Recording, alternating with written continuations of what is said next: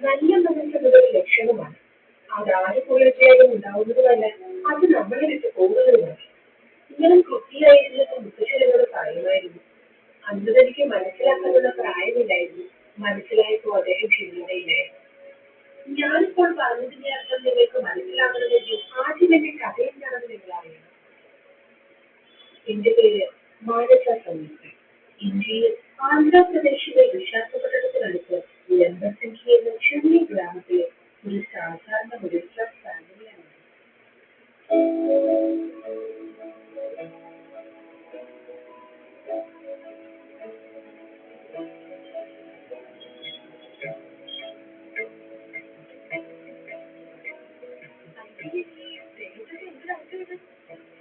അച്ഛനെ അങ്ങനെ പോയതിന് നിങ്ങൾ നേരെ വീട്ടിലേക്ക് തന്നെയല്ലേ?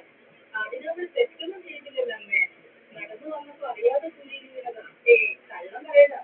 ഞാൻ ഒരു കേൾക്കാൻ വിചാരിച്ചോ? നീ പറയുന്നല്ല വിശ്വസിക്കാൻ. അമ്മേ ശരി, വേറെന്ത് ചെയ്യോ? റോഡ് സൈഡ് നല്ലതാണ് കഴിച്ചോ? ഒന്നും ചെയ്യുന്നില്ല. വീണ്ടും പാനിപൂരി വാങ്ങി കഴിച്ചല്ലേ?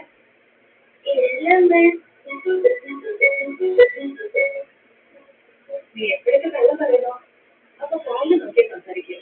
എനിക്കറിയാം, കാലിൽ നോക്കി സംസാരിക്കരുത്, എന്റെ കണ്ണി നോക്കി സംസാരിക്കും. കഴിച്ചില്ലേ നീ? ഓക്കെ, നിങ്ങളുടെ അച്ഛൻ വരെ സമയമായി. വേഗം പോയി കുളിച്ച് റെഡിയായി നൈറ്റ് ഡ്രസ് 10 മിനിറ്റിനിടുക.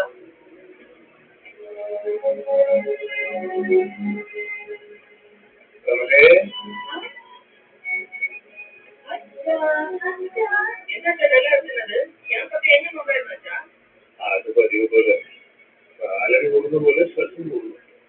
മിഡിൽ ക്ലാസ്സുകാരനെ അനുഭവിച്ചേ പറ്റൂ. ഇതെന്താ എല്ലാം നടക്കുന്നത്? കഴിഞ്ഞ തവണ നിങ്ങളുടെ വാച്ച് നടന്നു, ഇത്തവണ ഒരു വാച്ച് വാങ്ങാൻ പറഞ്ഞു, അതും നടന്നു.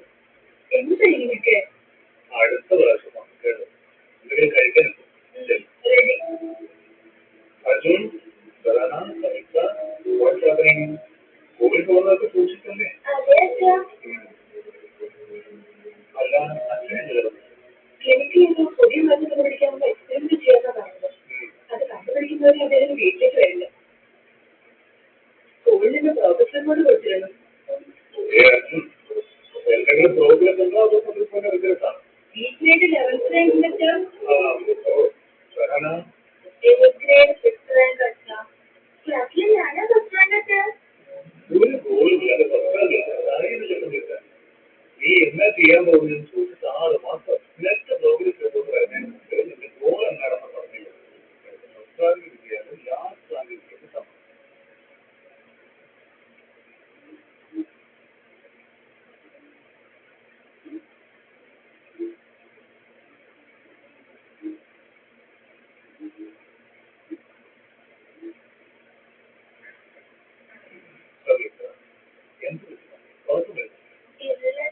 എനിക്ക് ഭയങ്കര വേദനിക്കുന്നു. എനിക്ക് ഓർക്കാൻ പറ്റുന്നില്ല. എനിക്ക് ഇപ്പൊ തന്നെ കുട്ടത്തിനെ കാണാൻ തോന്നുന്നു. ഇപ്പോഴും എനിക്ക് ഇപ്പൊ തന്നെ മുത്തച്ഛനെ കാണണം. ഈ സമയത്ത് എല്ലാവരും എനിക്ക് മുത്തച്ഛനെ കാണണം. ഒരു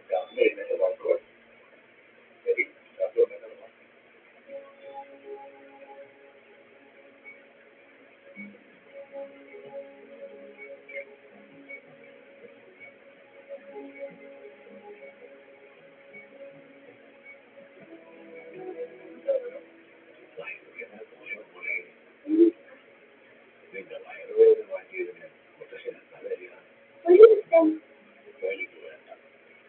വേറെ എന്ത് വേണം? സംയുക്ത പല വലിയ ആളാണ്. എന്നെ കുറിച്ച് ഈ ലോകത്തിലുള്ള എല്ലാവരും അറിയണം. നിന്നെ അഭിനന്ദിക്കണം. നീ ചെയ്യുന്ന വലിയ